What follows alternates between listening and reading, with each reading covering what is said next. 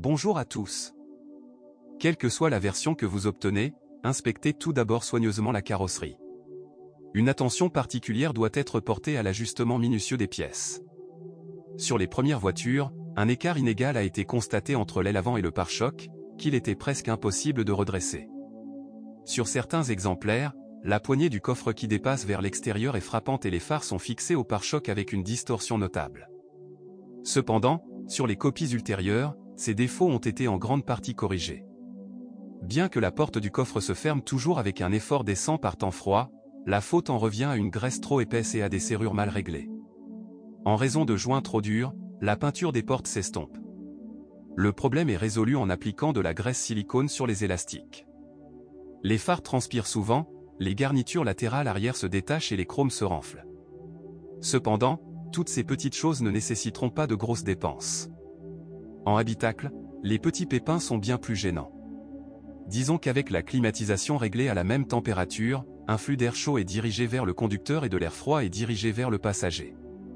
Les ampoules s'allument et s'éteignent spontanément, et le verrouillage centralisé et les vitres électriques peuvent devenir moroses sans aucune raison. L'humidité qui s'est infiltrée dans l'unité de confort en est la cause. Les rétroviseurs, le pare-brise et les vitres arrière ont tendance à se briser en cas de forte gelée. Sous garantie, ils ont été remplacés gratuitement, et depuis 2016 sont apparus des rétroviseurs modernisés capables de résister aux froids les plus intenses. Et le verre des crossovers de moins de 2 à 3 ans est devenu plus durable. Mais dès le début, il n'y a eu aucun problème avec les moteurs. Après tout, la plupart des maladies infantiles du E4 de 1,6 litre le plus populaire ont été guéries avant même que le crossover n'entre en production. Ford n'a modifié le logiciel que quelques fois jusqu'à ce qu'il atteigne des performances moteurs optimales. Le mécanisme de distribution de gaz est entraîné par une courroie de distribution dont la durée de vie est de 120 000 km.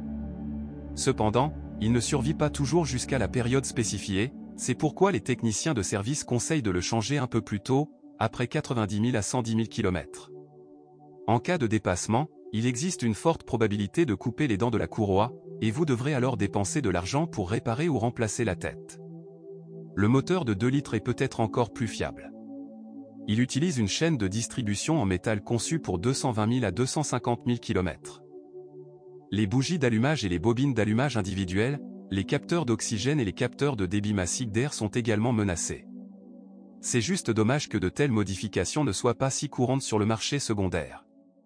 Si un exemplaire décent apparaît, ce sera exclusivement avec une transmission manuelle fiable à 6 vitesses. Sa sœur cadette, 5 MKP, reçoit encore plus de likes. Ce boîtier a été installé sur les Focus de la deuxième et même de la première génération. Pendant ce temps, il a acquis l'image d'une unité fiable et durable. Les techniciens de service recommandent de changer l'huile uniquement tous les 90 000 km. Mais le robot nous a laissé tomber.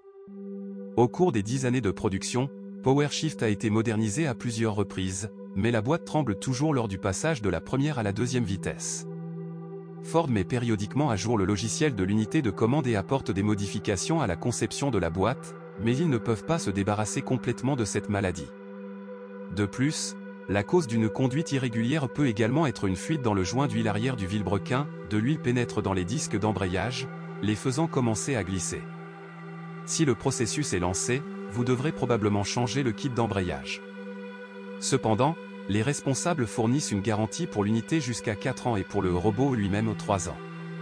Pour prolonger sa durée de vie, dans les embouteillages, nous recommandons de ne pas maintenir la voiture sur les freins pendant plus de 1 à 2 minutes, mais de déplacer le sélecteur du mode D à la position NOP. Le fait est que lorsque la pédale de frein est enfoncée en drive, les disques d'embrayage PowerShift ne s'ouvrent pas complètement et ils glissent un peu, donc une surchauffe est possible au bout d'un certain temps.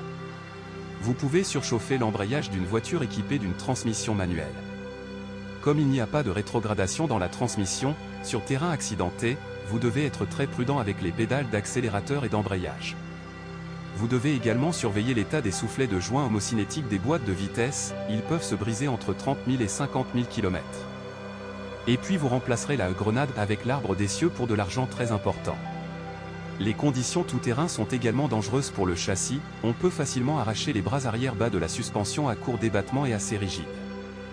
Si vous roulez tête baissée sur de mauvaises routes, vous ferez appel au service beaucoup plus souvent, très vite, déjà à 15 000 à 25 000 km, les jambes de force et les bagues stabilisatrices s'usent. Cependant, Ils sont peu coûteux et depuis fin 2016, ils installent une version renforcée de ces consommables. Mais le reste des éléments du châssis dure beaucoup plus longtemps. Les coûts de suspension ne seront engagés qu'à proximité de 100 000 km. Ainsi, un EcoSport d'occasion est une excellente option d'achat, il n'a pratiquement aucun point faible. Certes, d'après l'expérience acquise avec d'autres modèles Ford, il est fort probable que le robot PowerShift puisse gâcher le sang des futurs propriétaires de crossover. Si vous avez toujours besoin d'une voiture avec une transmission automatique, mais que vous ne voulez pas prendre de risques, prenez la version restylée d'EcoSport. Ces voitures étaient équipées d'une transmission automatique hydromécanique et des deux moteurs à essence, volume 1,5 et 2,0 litres. Cette box se distingue par sa fiabilité et sa durabilité exceptionnelle. Si vous possédez ou aviez un tel modèle, partagez des informations sur ce qu'il casse et comment dans les commentaires.